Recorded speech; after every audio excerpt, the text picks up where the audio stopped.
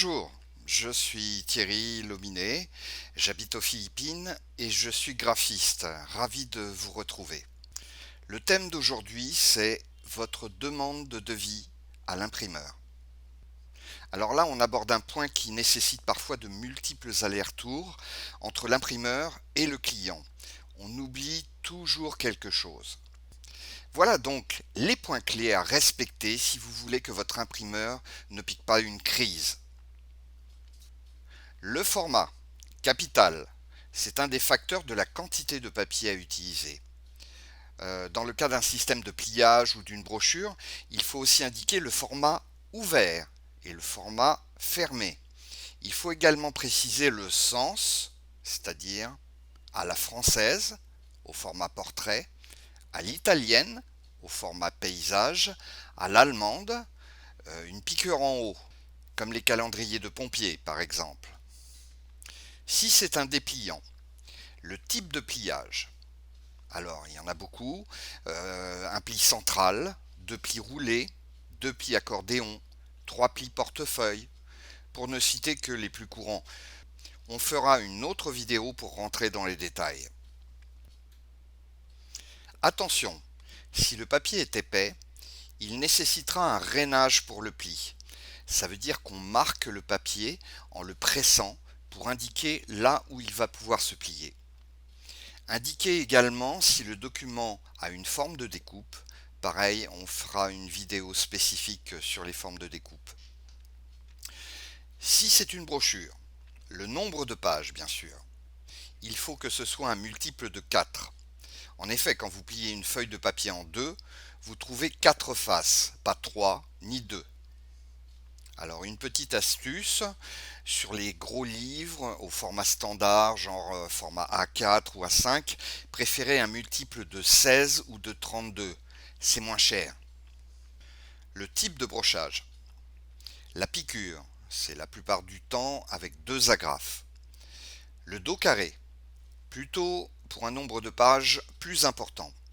Après, il y a plein d'options comme le dos carré collé, le dos carré collé cousu, le pur.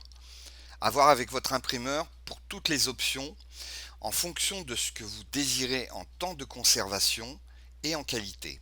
Les prix sont différents. Attention, ça change le format de la couverture car il y a une épaisseur du dos qui vient en plus. Le Wayro, c'est la brochure à spirale. Attention, le montage en pré-presse est différent. Le nombre de couleurs. Est-ce qu'on est en noir et blanc? Est-ce qu'on est en quadrichromie? Ça veut dire 16 millions de couleurs. C'est toutefois le plus courant. Est-ce qu'on est en deux couleurs, trois couleurs? Alors souvent le noir plus un ton ou deux tons directs qui peut être choisi dans un catalogue Pantone et il faut l'indiquer. Les options. Alors les options sont diverses, hein. Ça peut être le vernis qui peut être acrylique, UV, sélectif, 3D, le pelliculage qui peut être mat, brillant, soft touch, la dorure. Alors est-ce qu'on est recto verso ou recto seul? Bah oui, c'est important parce que si vous n'imprimez que d'un côté, forcément ça coûte moins cher. Le nombre d'exemplaires, c'est très important car lorsque vous calez une machine d'impression traditionnelle, le temps de calage coûte cher. Donc l'exemplaire numéro 1 est très cher, mais le second exemplaire ne coûte presque rien. Donc plus il y a d'exemplaires, moins ça coûte cher à l'unité. Alors, une astuce, si vous ne connaissez pas précisément le nombre d'exemplaires dont vous avez besoin, faites une estimation à minima et demandez le montant du 100 plus ou du 1000 plus. Vous pourrez ainsi calculer ensuite par vous-même le prix pour le nombre exact dont vous avez besoin. Le type de papier, un grand domaine bien compliqué. Pour faire court, les grammages sont généralement entre 80 grammes par mètre carré à 400 grammes par mètre carré, des fois un peu plus. C'est le poids au mètre carré qui indique l'épaisseur.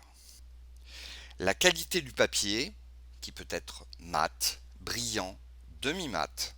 Par expérience, préférez un papier PEFC ou FSC à un papier recyclé, c'est moins cher et c'est plus écologique. On en reparlera dans une autre vidéo. Après, il y a les papiers créa et des couleurs et des matières et surtout des prix qui s'envolent. La livraison et le lieu de livraison. Bah oui, le transport a un coût. Donc, en résumé, pour votre demande de devis, il faudra indiquer les choses suivantes. Le format. Dans le cadre d'un dépliant ou d'une brochure, le format ouvert ou fermé. Si c'est un dépliant, le type de pliage. Si c'est une brochure, le nombre de pages et le type de brochage. Le nombre de couleurs. Les options. Si c'est un recto verso ou un recto seul. Le nombre d'exemplaires. Le type de papier. La livraison et le lieu de livraison.